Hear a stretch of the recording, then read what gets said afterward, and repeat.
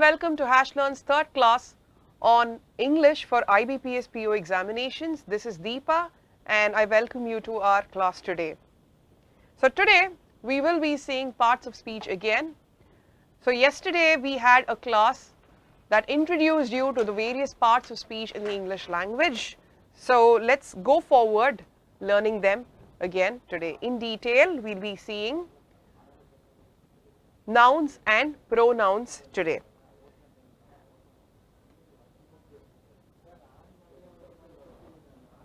So yesterday we saw all the parts of speech. We'll have a quick recap on that. So that would be noun, verb, pronoun, adjective, adverb, preposition, articles, interjection, conjunction, to name a few. Okay, so I hope you made use of whatever you learnt in your CPP. Let's look at the CPP question that most of you got wrong. So typically most of you went wrong in the first question. So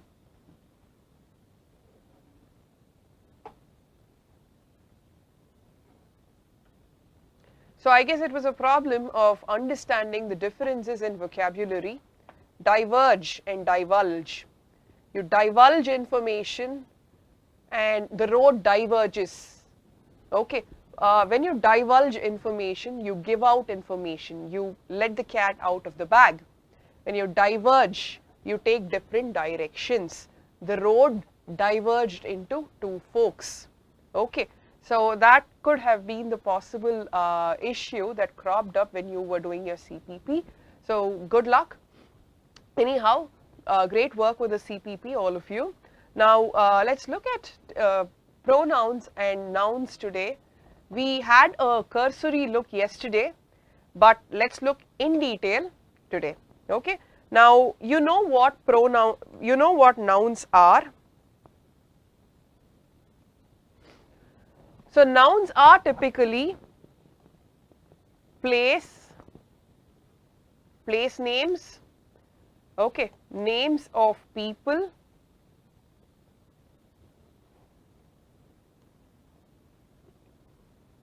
and then all the, so these are proper nouns, okay, and then you have common nouns where you have name, place, animals, inanimate things,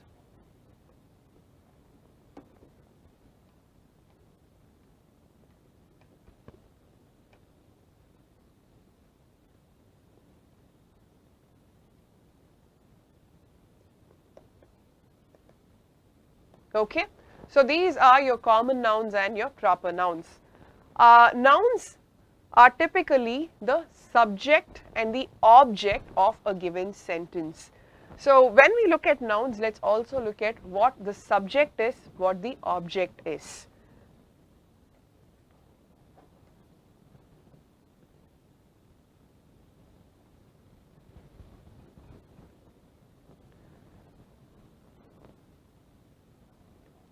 So let's look at subject first.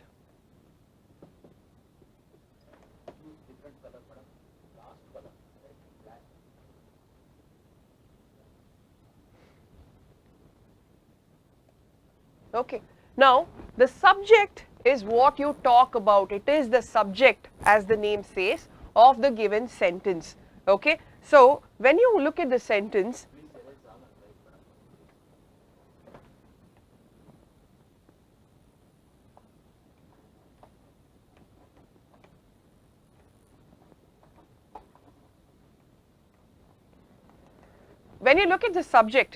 okay, it is the what exactly you are talking about. When I say Narendra Modi visited Karnataka today, what is the subject of this given sentence? Who are we talking about? What are we talking about? That becomes the subject. Okay. So the subject is what or who we talk about. In this particular case, the given example, Narendra Modi happens to be the subject. Object where does the action happen? Okay, so the subject and the object are connected via the verb. Okay, let's look at it this way. He teaches physics. He is the subject. Object, what does he teach? He teaches physics. Okay, verb here is teaches. So who teaches? He teaches. He is the subject. What does he teach? He teaches physics. Okay, so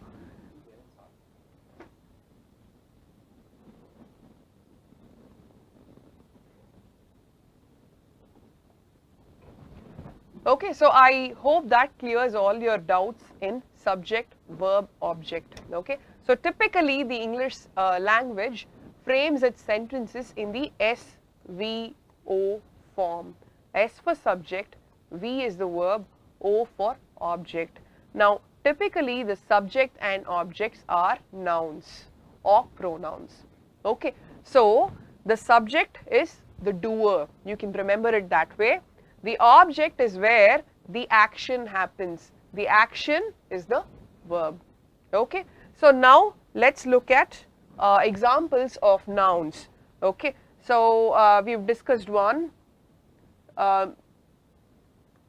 Okay, Nirav Modi is a proper noun. Now give me some common nouns, all of you. Cat, table, book. Okay, now there are a few confusing terms here as well. Let's look at trump.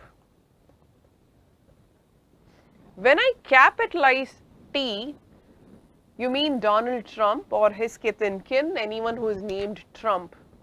But when you write it this way, this is trump, the noun, trump card.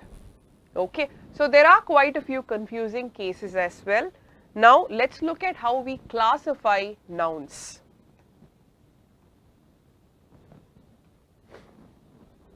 The first level of classification is very simple.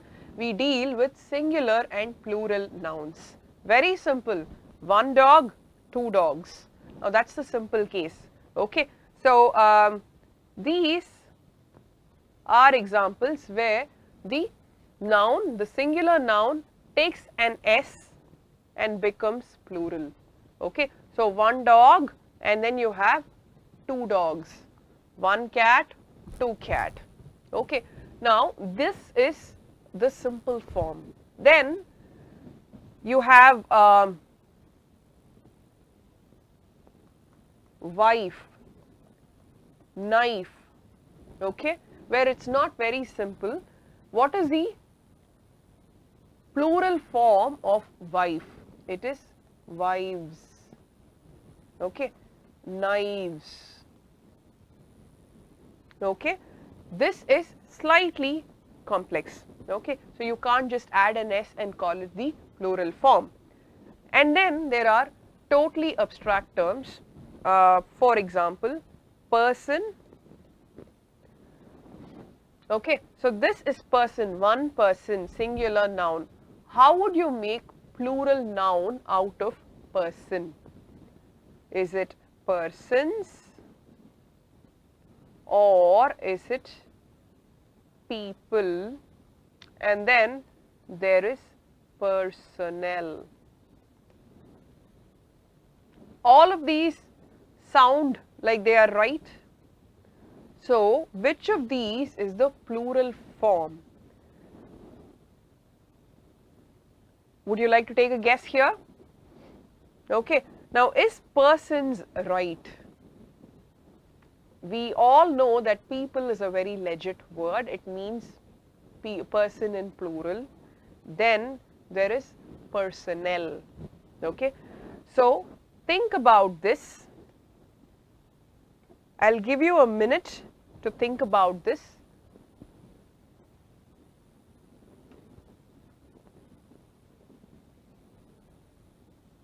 Okay, now any comments on this? Okay, see, when you talk about person, One person is one person. When it becomes two, then it is two persons. It is also right. Persons is actually right. Then you talk about people. People is definitely the plural form of person, but when you mention people, you denote the population of a given region. The Amish people occupy certain parts of Pennsylvania. Okay, so in that particular context, people is a better plural form to be used in this context. Okay, you can always say the room is occupied by two persons. That is totally right. Okay, and then you can say the people of Bengaluru are very friendly. Okay, so you get the contextual difference here, I hope. Now there is personnel. When you talk about people who work with an organization, okay, so that particular case you use the word personnel. Okay, so I make use of this particular example to make you understand that one word, one noun can have different forms of plurals. Okay, so it depends on the context and you need to figure out where to use what. Okay, then there are some cases where the singular noun and the plural noun are the same. Okay, for example, let's look at furniture. Okay, so the singular and plural form is always going to be furniture. Okay, then there is a very specific case that I would love to discuss here, and that happens to be fish. So I want comments on this. I want some class participation on this. What do you think is the plural form of the word fish? Am I right in saying two fish? Am I right in saying fishes? This is a very specific case. Okay, now both are actually right, but there is a difference, a semantic difference. Okay, now remember that the plural of fish is actually fish. One fish, two fish. Okay, in that particular case you cannot say two fishes, but when you say fishes, it means several species of fish. Okay, so that is the contextual difference here. Now remember that some words cannot be in plural form with an S or with any change in their spelling. Okay, now so this is a specific example. So that is about singular and plural nouns. Now why do we learn singular and plural nouns? Remember that subject verb agreement, SVA as we call it, I'll write it down for you. Subject verb agreement. Okay, now this is the most important rule that is tested in your competitive examinations. Okay, now the subject, if it is in singular form,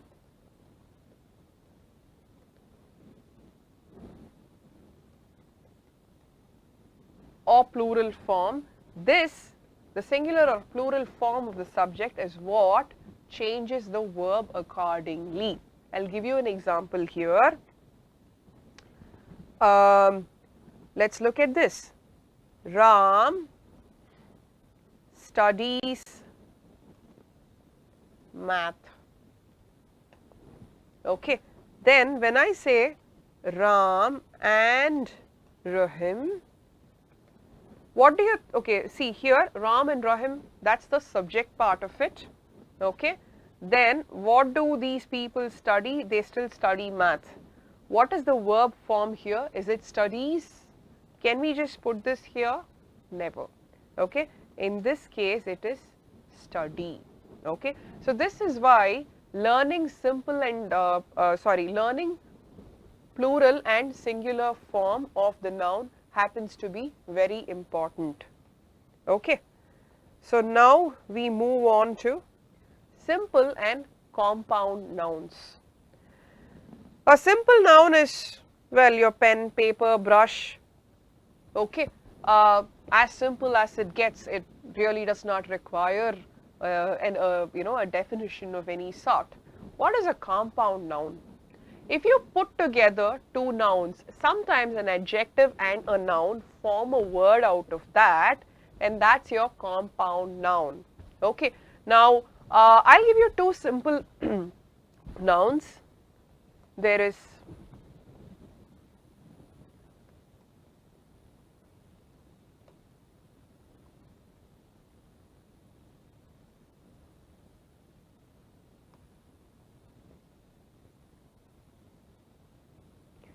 is tooth and then there is paste. Two nouns, then there is hair and cut, then swimming pool, okay, running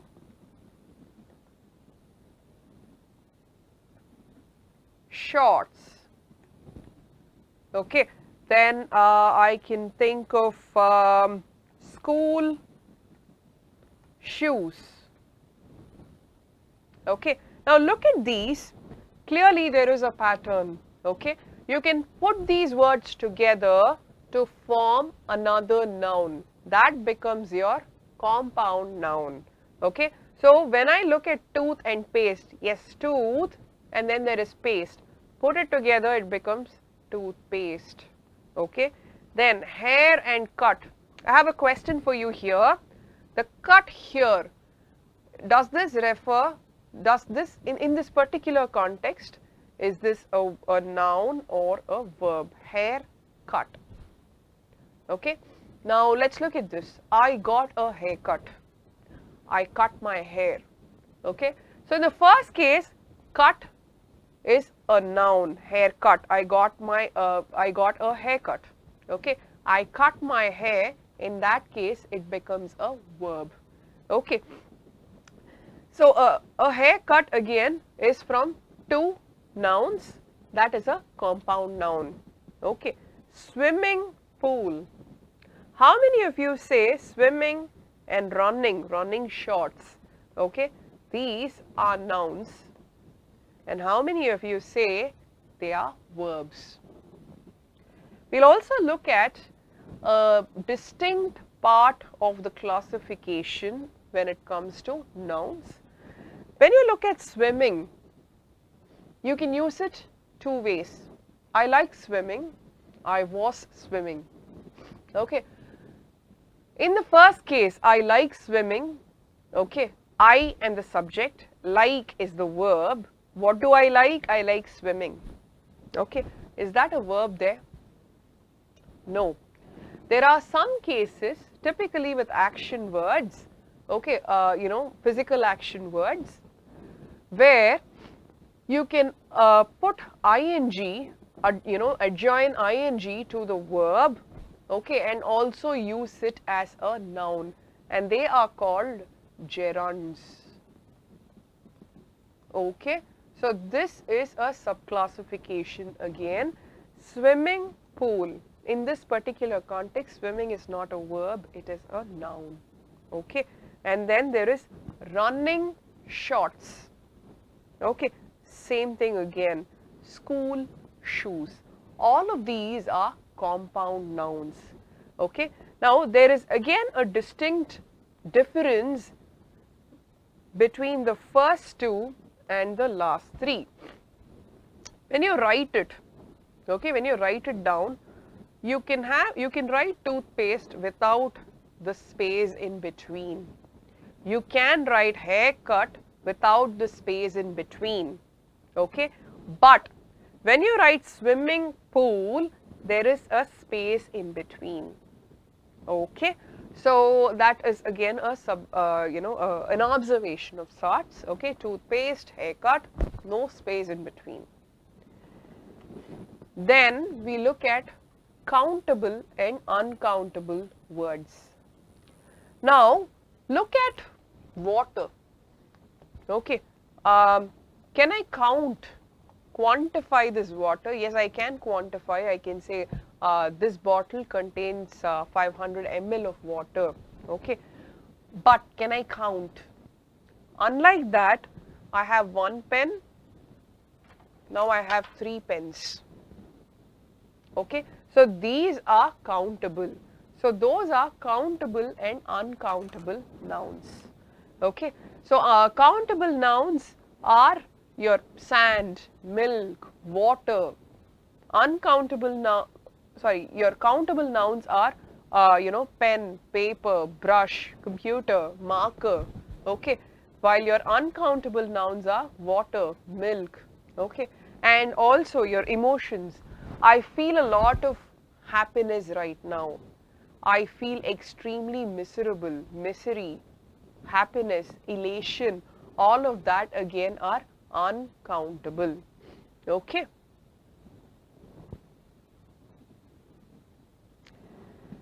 So we've looked into this. Okay. So let's look at making sentences with these. Okay. Person, persons, personnel, and people. Okay. So the person I was talking to this morning happened to be the collector of our district. Okay. So typically you know that person is a human in singular. When I was assaulted in the morning, when I was jogging, I saw 2 persons walking out like nothing had happened. Okay, so in that case it is 2 persons. The personnel department in HashLearn is very helpful with our queries. Okay, so personnel, office, you are talking about employees. Then there are people. Okay, the people of China are very communist. The people of Russia are more atheist than theist. Okay, so that is about person, persons, personnel, people. Now we come to the possessive form of nouns. See, there is always the idea of possession that comes into our conversation. Okay, so I say this is a pen, and then when I want to qualify it, I say this is a black pen. Black is an adjective. Okay, and then I say this is my pen. This is your pen. This is his pen. Okay, or this is India's daughter. Okay, so the possessive noun, possessive case is all about the idea of possession. The noun belongs to whom, to what. Okay, so how do we create the possessive case? Typically it's with apostrophe S. Okay, so I can say this is India's daughter.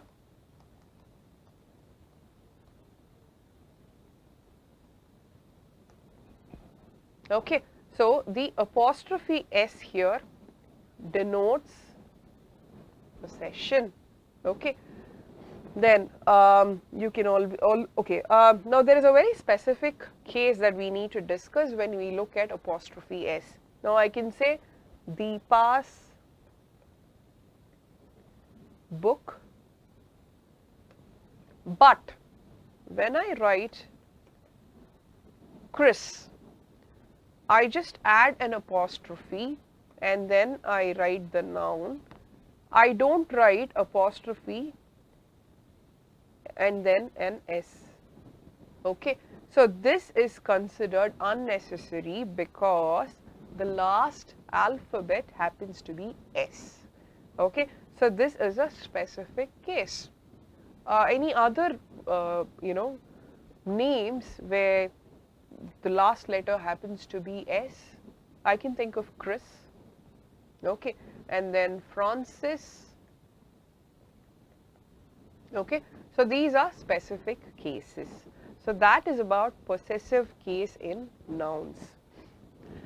Now, when it is singular possessive, it's very easy. We just add an apostrophe S, that's it.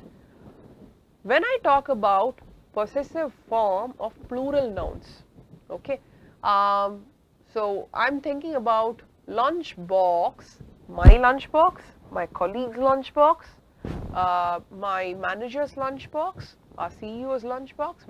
Let's say we assemble at a point, okay, and have our lunch together. What do I say? Our lunch boxes, correct? Okay, so that is about possessive form of plural nouns, okay. I can think of a good example here. Countries, armies, okay. So armies is plural, and then what is the possession factor here? The armies, okay. Who or what owns the armies? Countries, not country in singular. You have countries, armies. The armies of Israel and Palestine are always at war, okay. So countries, armies, okay. The countries' armies are well equipped with nuclear power, okay. So in this case, the armies belong to plural noun again, okay. So this is how you give the possessive form for plural nouns. And there are hyphenated nouns. Now this is a subclassification of your compound nouns. What are compound nouns? We saw that a few minutes back, okay. Compound nouns are when you put two nouns together, or in some cases adjective and noun together, okay. So we discussed toothpaste, haircut, then we discussed swimming pool, running shorts, school shoes, okay. Now there are cases when you hyphenate this, okay. It was a cutthroat competition, okay. In this case, of course, it's more of an adjective, okay. So there are cases where I can introduce a hyphen in between, okay, to create a compound noun. Now the rules with regard to hyphenation are a little fluid, okay. So you cannot have set rules where you say, hey, this has to be hyphenated, this is always a hyphenated noun. It doesn't work that way, okay. So tic-tac-toe. Do you know what tic-tac-toe is? It's a game, okay, that people play, okay. You get one row of zeros or x's, okay. If you're able to, then you are the winner, okay. So that is tic-tac-toe. Typically, tic-tac-toe is hyphenated. Remember that this is not something new. This is your compound noun with hyphens in between.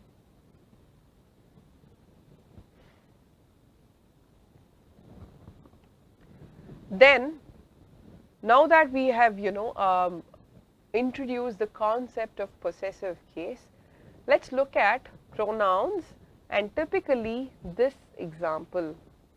Now, as a teacher, I've seen that this is one of the most repeated mistakes that people make. Not just students, everyone has a problem with using it, its and it is properly, okay. Now when you look at it, this is a pronoun, okay, that, okay, this is a water bottle. It was bought in the year 2015. Okay, so I denote a noun here with this particular pronoun. And then when I put an S here, this is the possessive form of its. Okay, this is a water bottle. I got it in 2015. Its color is fading now. In this case, I'm talking about its color. Okay, so color is a noun. Its is the possessive form of this pronoun, correct? Okay, so I'm talking about the color of the water bottle here, right? That is about its. A lot of people confuse this with its. Now remember that its actually stands for it is.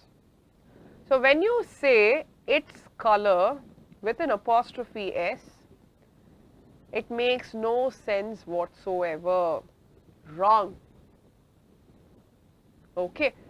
What, you know, this is actually expanded to it is color. Makes no sense, right? Okay. So remember that when you have an apostrophe S, it is not always about possessive case. Okay. Another mistake that people make is with let's. Okay.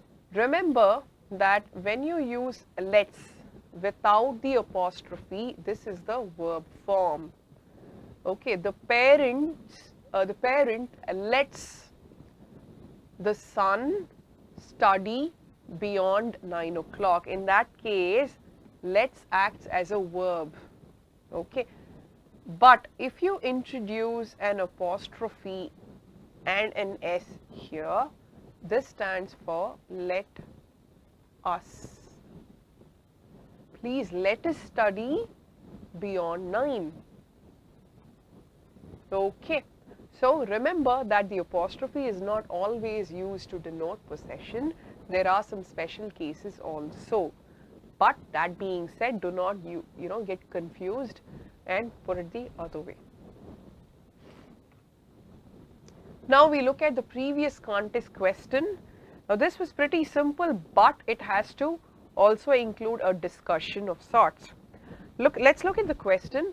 His medical dash was not very lucrative in the rural town, but he never complained. Before we get into the answer options, I also want you to look at this particular word. Okay, lucrative. Lucrative means money making, where there is scope to make money. Okay. Now, even without knowing what lucrative means, you can always puzzle out the meaning from the context. His medical dash was not very lucrative, but he never complained. Whenever I do sentence correction questions, I look at the conjunction first. Okay, if the conjunction is a contrast indicator. Now, last class we discussed what contrast indicators are. We had but, yet in the previous class. The others are although, though.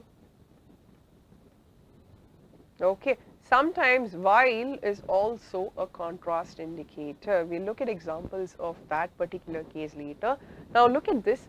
Here I see a contrast indicator, which means this part and this have to be contradictory. There has to be some opposite meaning. He never complained. So this gives him reason to complain. Correct? That's my understanding of things here. Okay. His medical dash was not lucrative. So lucrative should be something positive. Okay. You can arrive at that conclusion. Okay. Even if you do not know the meaning, whether it's positive or negative will give you a very good handle of sorts. Okay. Now, By the way, this was tertiary information because I saw the word lucrative and I thought, okay, fine, let's discuss this. Now let's look at the blank. Is it practice with a C or practice with an S? Now remember that India under the Commonwealth, okay, we are still users of British English, okay, and according to British English standards, when you use practice with a C, this is a noun, and when you use practice with an S, this is a verb. But that's not the case across the Atlantic in the USA, where practice with an S stands for both verb and noun. Okay, so the answer to this question is A, and great job Vishaka Arora, you got it right. Okay, so hats off to you. Now let's look at today's contest question.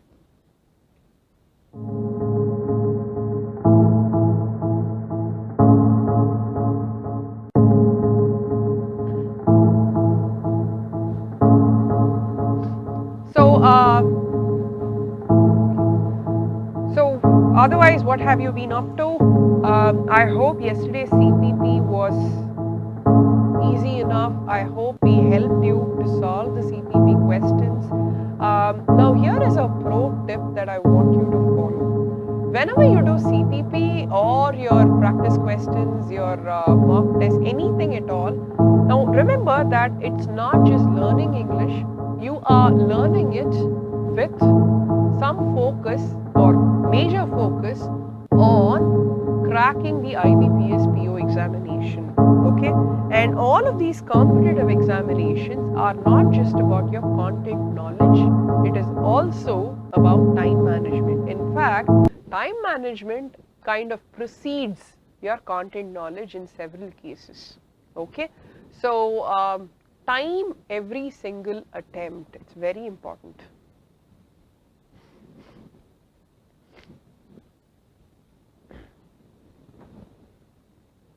So that was enough time for your contest question.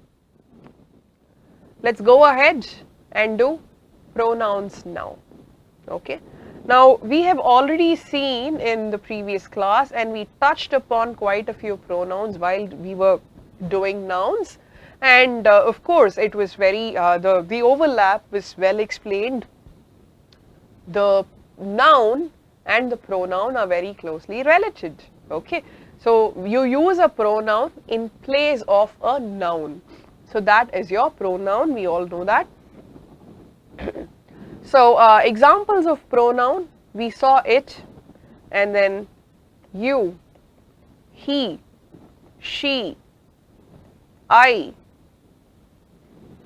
me, him, your, so on, okay? So let's look at pronoun case now. Very, very, very important. Now, in the beginning of the class, we did something called subject and object in detail, okay? Now the subject is where the doer lies, that, you know, that's the bucket for the doer. The doing action, that is the bucket for the verb, okay? And then where does the action happen? That's the object, okay?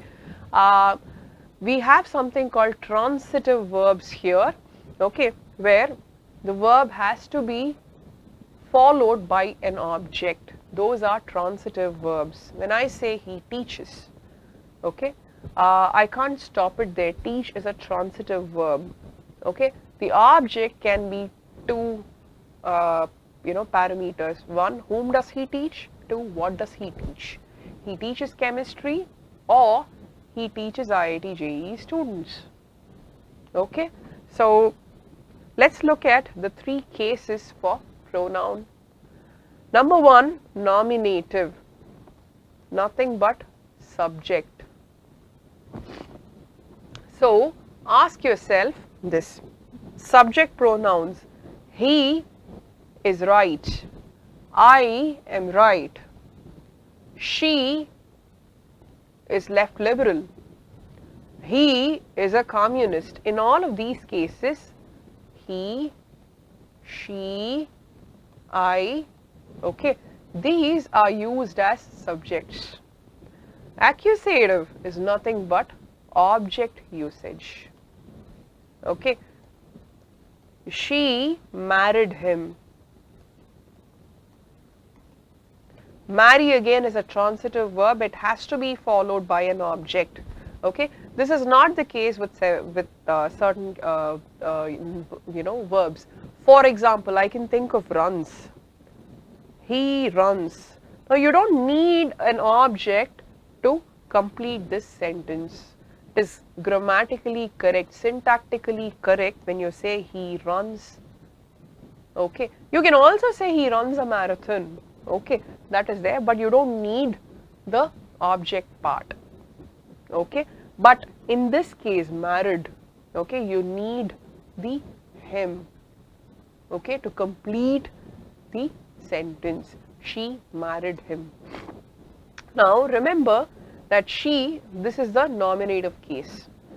The verb, whom did she marry? The object, if you are using it as an object, then remember that this is accusative, okay. Now I specifically want to discuss the case of who versus whom. A lot of people make the mistake of confusing who with whom. Who is always subject. Who killed whom? Remember,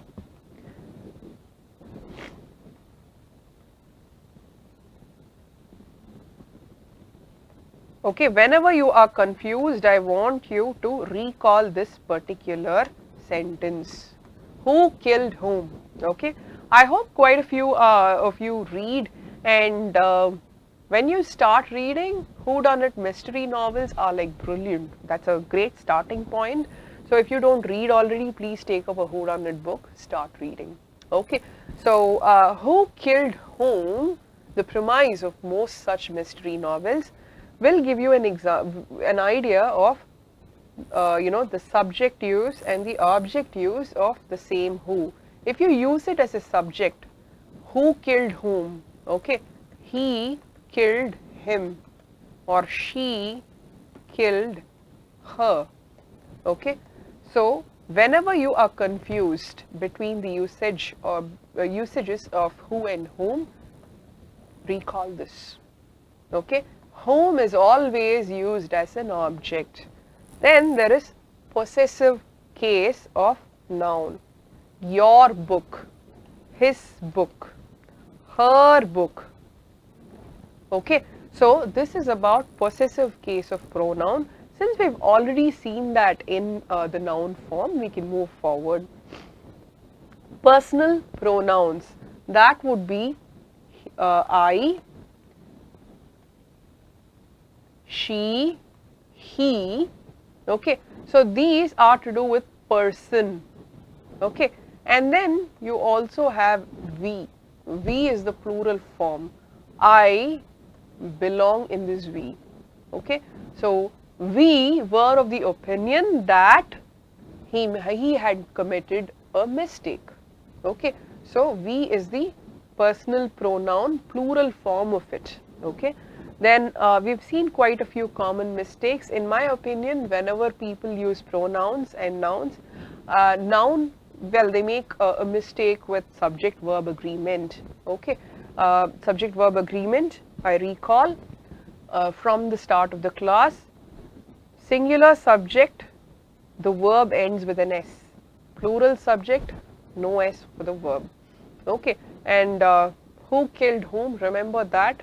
You will not have major problems with your pronouns. Then there are relative pronouns, okay. I am the teacher who will be teaching you English. She is the sister who was long lost, okay. This is the book which was given to me by my late grandfather, okay. The house that lies on the lake is going to be painted red, okay. Now, dangling modifier, we need to look into this in detail when we do this, but remember relative pronouns very well when I do that class. But as of today, please go home and Google on dangling modifiers and what they have to do with relative pronouns. Then there are demonstrative pronouns. This is a pen. That is the girl I was talking about. Okay. Then there are indefinite pronouns. Anyone, is there anyone at all here who can help me out with my math queries? Okay. So, someone, when you know, you don't specify who it is. Okay. Can someone help me? Can anyone help me? Anybody out here who is fluent in German? I need some translation help. Okay. So, when you don't mention exactly who you are talking to, talking about, you use indefinite pronouns, and here is the list of such pronouns. Then there are interrogative pronouns. Which of the following is the right answer for the given question? Who are all vaccinated here against yellow fever? Okay. So we come to the summary of the class. Today we have done types of nouns and then types of pronouns, and then we've done some amount of where mistakes happen kind of questions, not exactly questions, but where you would be using that. Okay. So with this we come to the close of this class. It is CPP time, guys. It's CPP time, guys. CPP is a set of 10 questions that experts here have put together. Now, a lot of thought goes into preparing these questions. This is tailored for this particular course, this particular session of the course. So, and it is open to your only passport members. So, passport members, please go and make use of the knowledge that you have received today. Make use of it. Please go and do your 10 questions, share it with others, and please let us know if you have any trouble with the CPP questions. We'll be very helpful. See you then. Great class. Bye.